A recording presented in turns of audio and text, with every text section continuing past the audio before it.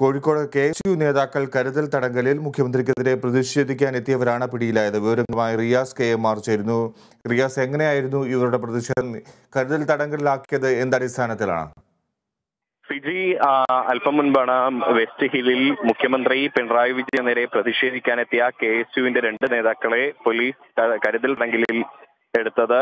KSU Kozhikode ജില്ലാ vice president VT Suraj, Elathur block president MP Ragin എന്നിവരെയാണ് കരുതൽ തടങ്കലിൽ ആക്കിയത്. ഇവരിപ്പോൾ നടക്കാവ് പോലീസ് സ്റ്റേഷനിലാണുള്ളത്. ഇന്ന് 2ാം കേരള സംസ്ഥാന ജൈവ വൈവിധ്യ കോൺഗ്രസിന്റെ ഉദ്ഘാടനത്തിനായി മുഖ്യമന്ത്രി പിണറായി വിജയൻ കോഴിക്കോട് എത്തിയിട്ടുണ്ട്. അതിനു മുൻപ് മീഞ്ചന്ത ഗവൺമെന്റ് ആർട്സ് ആൻഡ് സയൻസ് കോളേജിൽ അല്പനേരത്തിനകം ഈ പരിപാടി ആരംഭിക്കും. ഇതിന്റെ മുന്നോടിയായി കനത്ത പോലീസ് സുരക്ഷയാണ്, പോലീസ് സന്നാഹമാണ് ഈ കോഴിക്കോട് നഗരത്തിലെല്ലാം തന്നെ ഏർപ്പെടുത്തിയിട്ടുള്ളത്. Kozhikode city police commissioner Rajpal Meena നേരിട്ടാണ് ഇതിന്റെ സുരക്ഷാ സന്നാഹങ്ങൾക്ക് നേതൃത്വം വഹിക്കുന്നത്.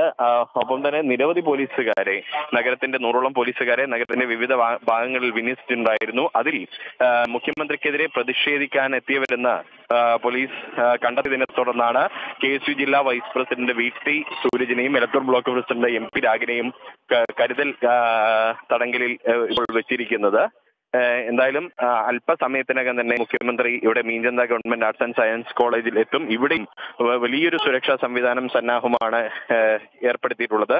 ഇവിടത്തേക്ക് വരുന്ന ആളുകളിൽ നിന്നെല്ലാം തന്നെ കൃത്യമായ വിശദമായ കാര്യങ്ങൾ ചോദിച്ച് അവരെല്ലാം തന്നെ ചോദിച്ചറിഞ്ഞതിനു ശേഷം മാത്രമാണ് പോലീസ് അകത്ത് കയറ്റിവിടുന്നത്.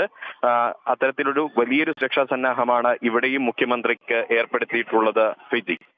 ശരി റിയാസ്.